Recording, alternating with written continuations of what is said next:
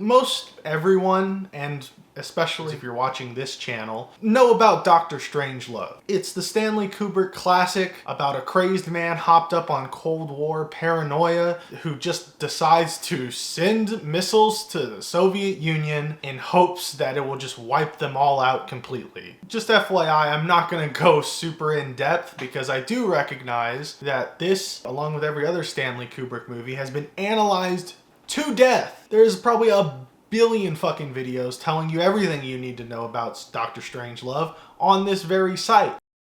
So I told you the basic gist of the plot, but the actual bulk of the movie follows the president and a group of generals in the war room trying desperately to stop this nuke from reaching Russia. Well, all of them except one of them, Buck Turgidson, who's probably my favorite character, to be honest. His paranoid ravings are always great. Am I to understand the Russian ambassador is to be admitted entrance to the war room? That is correct. He is here on my orders. I don't know exactly how to put this, sir, but are you aware of what a serious breach of security that would be? I mean, he'll see everything. He'll see the big board. That is precisely the idea, General. This movie is just chock full of great characters. It's actually a little weird. I don't know why they named it after Strangelove specifically. You really could have named it after anyone or just call it How I Learned to Stop Worrying and Love the Bomb. But I guess that is less catchy than just Dr. Strangelove, so I don't know, I'm just fucking rambling. Just cut me off already. So anyway, an ambassador from the Soviet Union comes along and informs them that the Soviets have crafted a doomsday device. The doomsday machine. A device which will destroy all human and animal life on Earth. But surely you can disarm it somehow? No, it is designed to explode if any attempt is ever made to untrigger it. Automatically? It's an obvious commie trick, Mr. President. We're wasting valuable time. And spoilers for this movie you've already seen before. They do not succeed.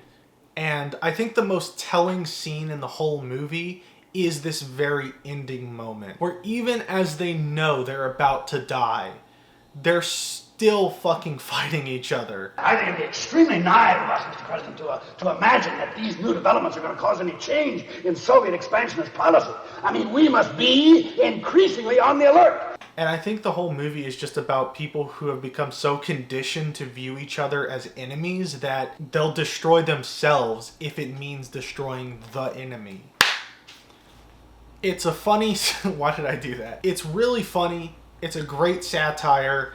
It's a classic for a reason, and you already knew it was good. I'm sorry if this whole part has come off as dismissive in any way.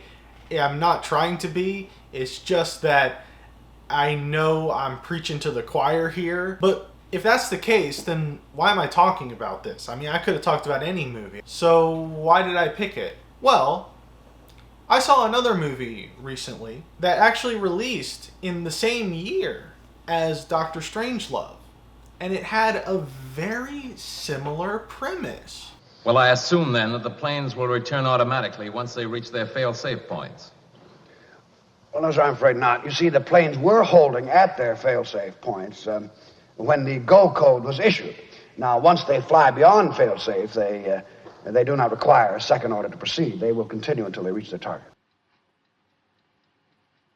Fail-Safe is a dark, satiric thriller about a glitch causing a nuclear missile to be sent to the Soviet Union. So, in other words, it is the exact same premise as Dr. Strangelove. However, it is different in a few key ways, and it's extremely different tonally. I mean, even if you haven't seen either of these movies, you'll be able to tell the difference in tone just by the clips I'm playing. In fact, it's actually really weird watching these movies back to back because it really does feel like Dr. Strangelove is a parody of Fail-Safe. The longest I ever stayed was 3 minutes, but I can tell you it seems like 3 years.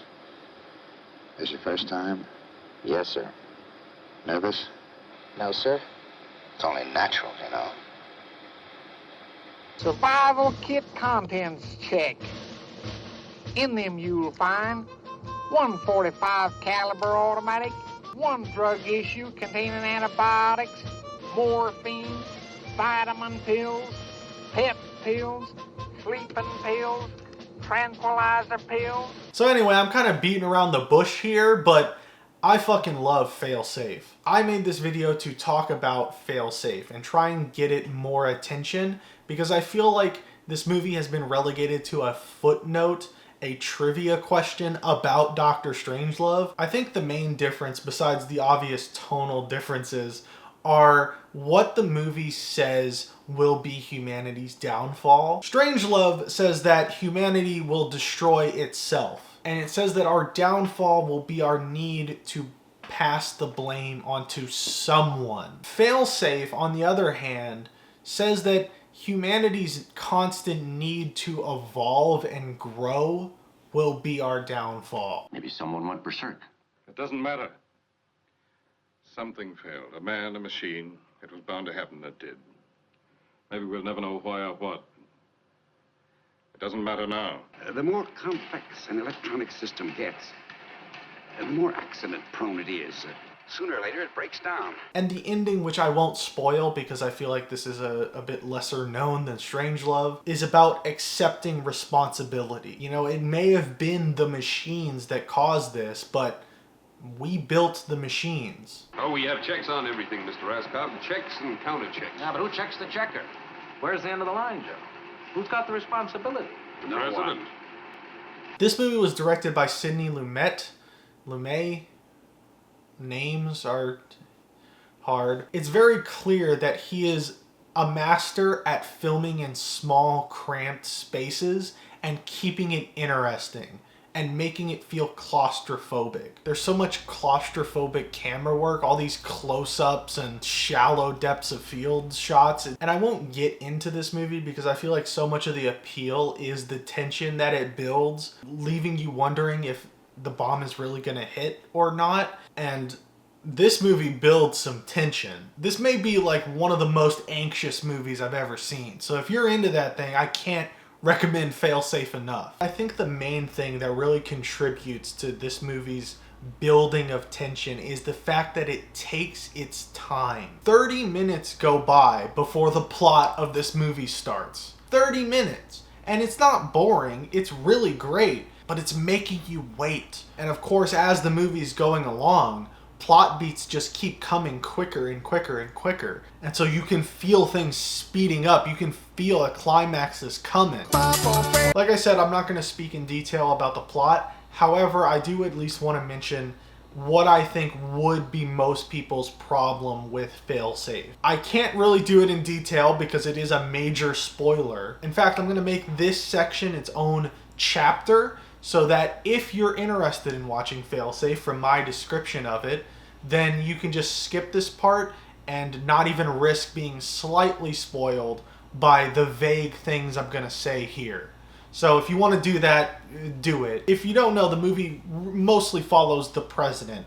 And a lot of people will not like how reasonable and self-sacrificing the president is. It's kind of comical, honestly. But I think the reason I'm okay with it is because I'm okay viewing this story as kind of a dark fable. I don't view this as a procedural what would happen if this situation actually occurred. I mean, the situation itself wouldn't occur. I just feel like this is the movie that this movie needed to be. If you haven't watched either of these movies, just watch them both. Although I do think you should watch Fail-Safe first because, like I said, it may be hard to take Fail-Safe seriously after you've seen Dr. Strangelove. But which one's better? I don't know.